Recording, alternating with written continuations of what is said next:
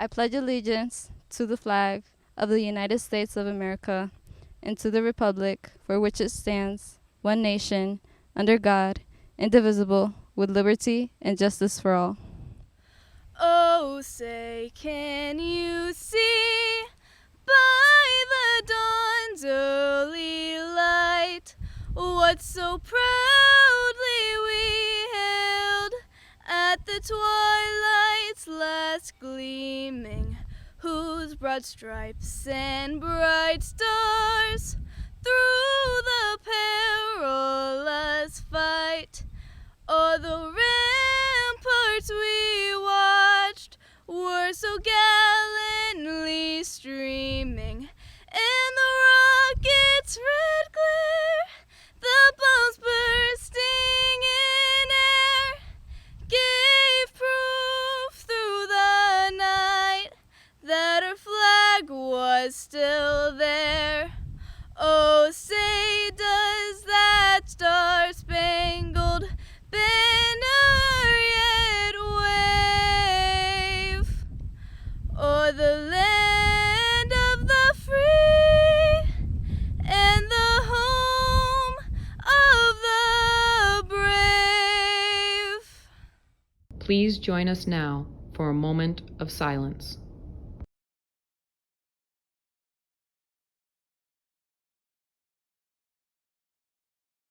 Thank you. Good morning. Thank you for joining us for this 9/11 tribute. Tomorrow marks the 20th anniversary of the 9/11 terrorist attacks on our home soil. In review of the history of the attacks, the first two planes hit the World Trade Center in New York City. The third plane hit the Pentagon in Washington, D.C. And the fourth and final plane crashed into Shanksville, Pennsylvania. This catastrophic event led to thousands of casualties, including our friends, relatives, first responders, flight attendants, pilots, and military personnel. Some of our faculty here today were at Grasso Tech in their rooms when these events took place. We realize that these events occurred before you were born, but regardless of your age, it's a day in United States history that will never be forgotten. For those of you who are new to our school, the 9/11 boards were created by former auto body students. The year they were created, each of the students and faculty at Grasso placed flags on the boards representing each of the nearly 3,000 lives that were lost in the attacks. There are many lives that have changed on that day 20 years ago, and people who helped on the day continue to suffer from side effects attributed to that day from helping to save lives, each of them given part of themselves. We are here today to celebrate the lives that were saved due to the selfless acts of patriotism by police officers, firefighters, paramedics, nurses, doctors, ordinary citizens, flight attendants, and our military who quickly responded. Many innocent lives were lost on that solemn September morning. The victims consisted of citizens of 58 countries around the world. Some of the countries with the highest number of casualties include Canada, the Dominican Republic, Japan, India, and South Korea. The highest number of casualties was in the United States at 2,997. Of those, 161 of them were residents of Connecticut. Of those, 4 were from southeastern Connecticut.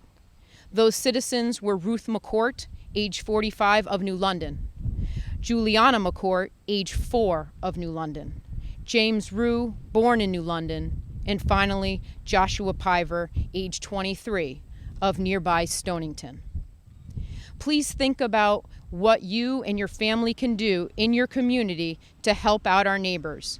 This weekend or throughout this week, we challenge you to find an activity to do together as a family within your community, whether it being at a soup kitchen, donating clothes, sending a thank you note, reading to children at a church, or playing card games at the senior center.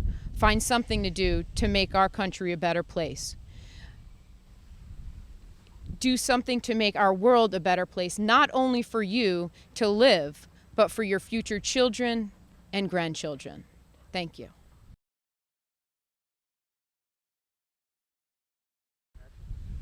Let the world always remember that fateful day in September, and the ones who answered duty's call should be remembered by us all, who left the comfort of their home to face perils yet unknown, an embodiment of goodness on the day when men's heart had gone astray.